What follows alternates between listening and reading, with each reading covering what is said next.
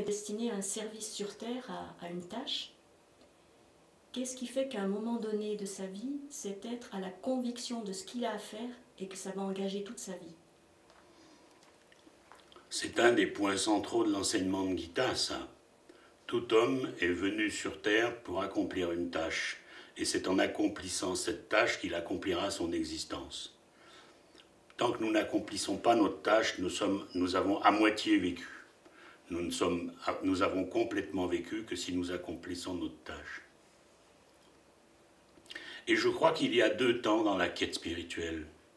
Un temps où on va de service en service, y compris des services à l'intérieur de la voie que l'on suit, mais ça peut être des services envers autrui, que j'appellerais des services humanitaires, c'est-à-dire ça sert la misère des autres, mais sans nous accomplir. Ça occupe notre emploi du temps, c'est généreux, c'est du don de soi, c'est ce que vous voudrez. Donc ça sert la misère des autres, mais sans nous accomplir. Ça, c'est l'humanitaire. Et puis un beau jour, on rencontre ce qui s'appelle sa tâche, son service, sa mission, sa légende, appelez-le comme vous voudrez. Et cette fois-ci, on est en train de servir la misère des autres, mais en s'accomplissant soi-même. Parce que la misère des autres que l'on sert, c'est la sienne, que l'on retrouve chez les autres. Et donc, comme on a appris spirituellement à bien vivre avec sa propre misère, on est programmé, professionnel, pour la misère des autres qui nous ressemble. Qu'est-ce qui fait qu'à un moment donné, on passe de l'une à l'autre? C'est que quand on tombe dans ce service, soudain, il y a quelque chose d'évident. Un, c'est simple, puisqu'on est en train de traiter chez les autres ses propres misères, et que normalement, on s'en est occupé déjà depuis 10 ou 15 ans.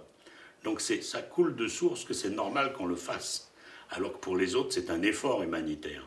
C'est simple, et deux, on le reconnaît. Parce qu'on est arrivé avec, durant la naissance sans doute, ou durant la grossesse, j'en sais rien quand moi, mais ce n'est pas quelque chose que l'on découvre. C'est comme si au moment où l'on rencontrait sa tâche, on rencontrait quelque chose qu'on savait, mais qu'on avait oublié, qu'on avait à faire. On savait qu'on avait à le faire, mais on l'avait oublié. Et quand on rencontre sa tâche, on ne la découvre pas, on la reconnaît, comme si on la connaissait déjà. Comme quand on a perdu ses clés et qu'on les retrouve. Donc, qu'est-ce qui fait qu'à un moment donné, on sait que c'est sa tâche? Par ces deux choses. On sait que c'est sa tâche parce que ça ne nous demande aucun effort, parce qu'on est fait pour ça, parce qu'on ne peut pas faire autre chose.